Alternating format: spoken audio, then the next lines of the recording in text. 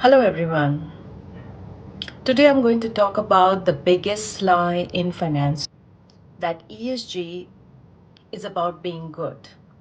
And the reason why I'm talking about is that lately we have seen that companies have stopped investing in ESG, or at least their expenditure in terms of for sustainability has reduced. Now, people often dismiss ESG as woke capitalism or some kind of moral side project for which they think they don't have to focus or spend money or invest in that.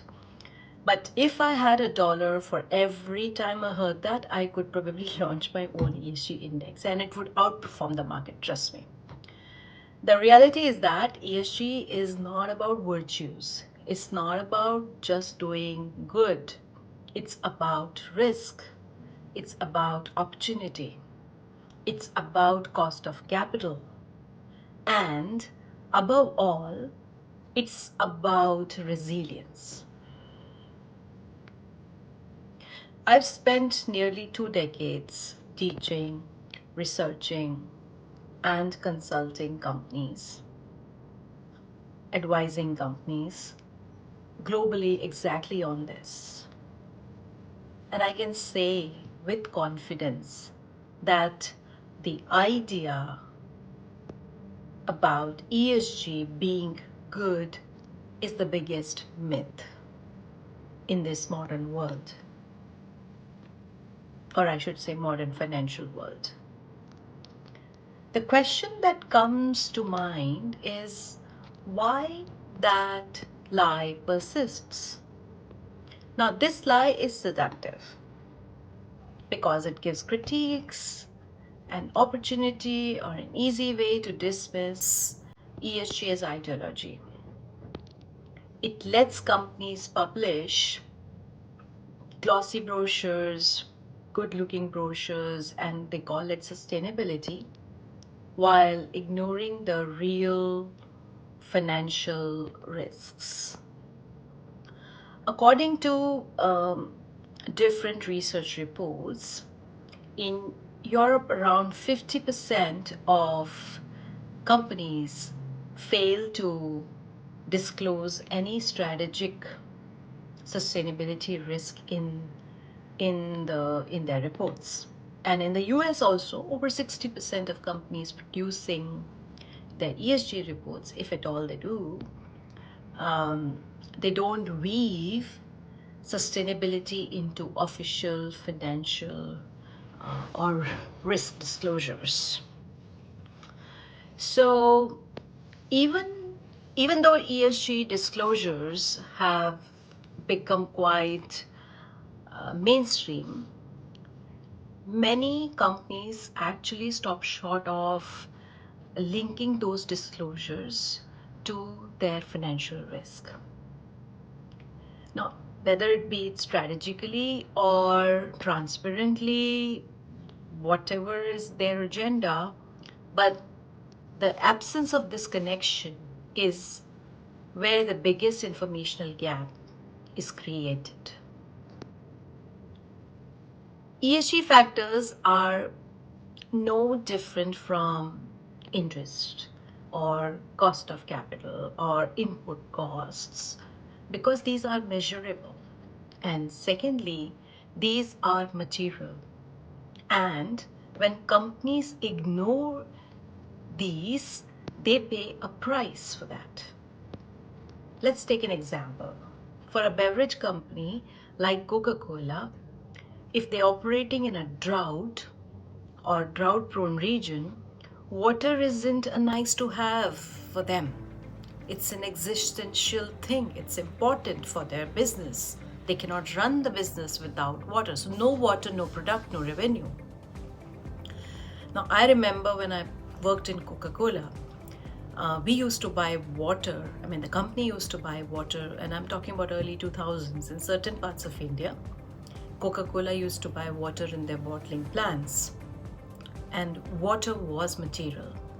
So it raised the cost of production for the beverage, and overall, I would say the cost could go up to millions of dollars. Similarly, for a tech company, now data governance is very important. And for them, data governance is not just a moral checkbox that they have to do. It's a difference between business as usual, whether they're running, they're getting clients, or they land up in a billion-dollar lawsuit after a breach. This is not about morality. This is about materiality. This is about financial risks.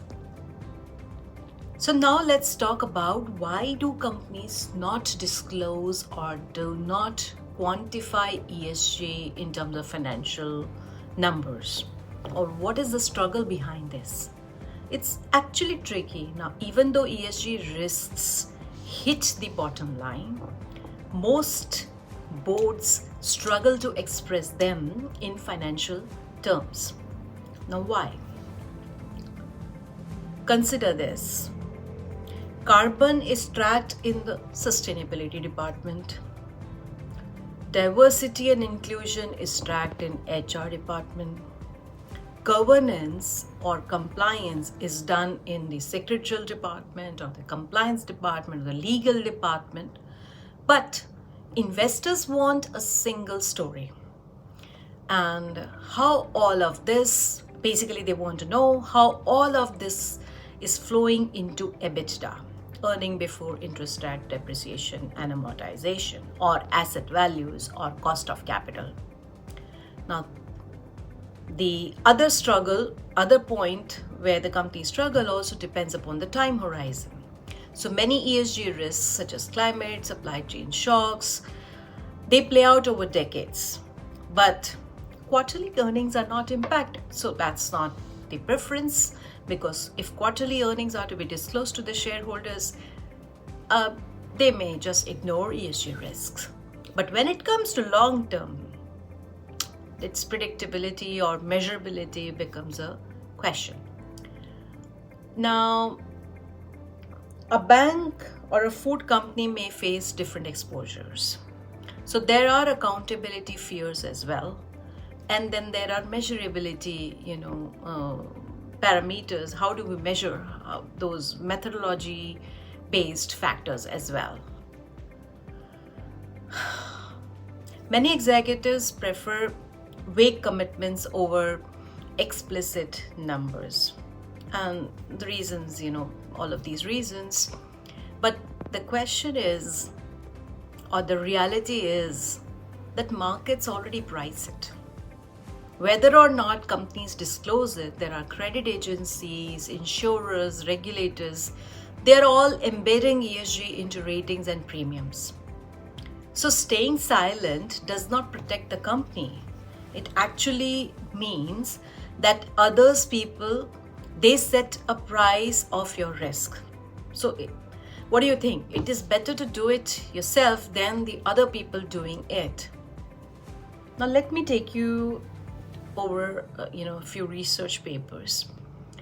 So research has also proven this. A large study of more than 25,000 bonds, they found that companies with stronger ESG scores, they paid lower yields, about 10 basis points lower than usual. So that's again a positive side. Now, that might sound small, but on a $5 billion bond, it can amount to $5 million a year. It's a huge amount, right? And that's real. Yeah. So European Central Bank also found something similar. The high emission firms in Europe actually pay 14 basis points more than the companies which have lower emissions, and that gap widens as climate policies tighten. Now, another study looked at shocks like COVID-19 shocks and the Ukraine war. And what they found was that high ESG portfolios had 25% to 35% smaller drawdowns. Why? because ESG results in better supply chain management, more resilient operations, fewer lawsuits. Again, not about being good. It actually has an impact on the financials. It's about being prepared, and prepared are those who measure their risk, they estimate their risks. So let's reframe the conversation. Instead of asking, is the company doing good, we should ask the right questions, such as managing how is it managing environmental exposures to keep operations running? We have to ask questions like, what social or labor risk could disrupt its supply chain or trigger lawsuits? How does governance prevent fraud or catastrophic capital loss? Now, those are all valuation questions. These are not ethical questions. These are not CSR related questions.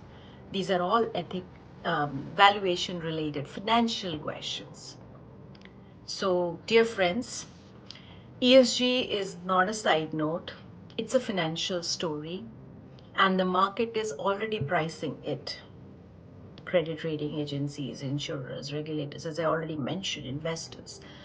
Now, these are not waiting for your reports to be published so that they can, read it through. They are actually pricing it on their own, or they're using their own formulas. They're embedding already, into your valuations today.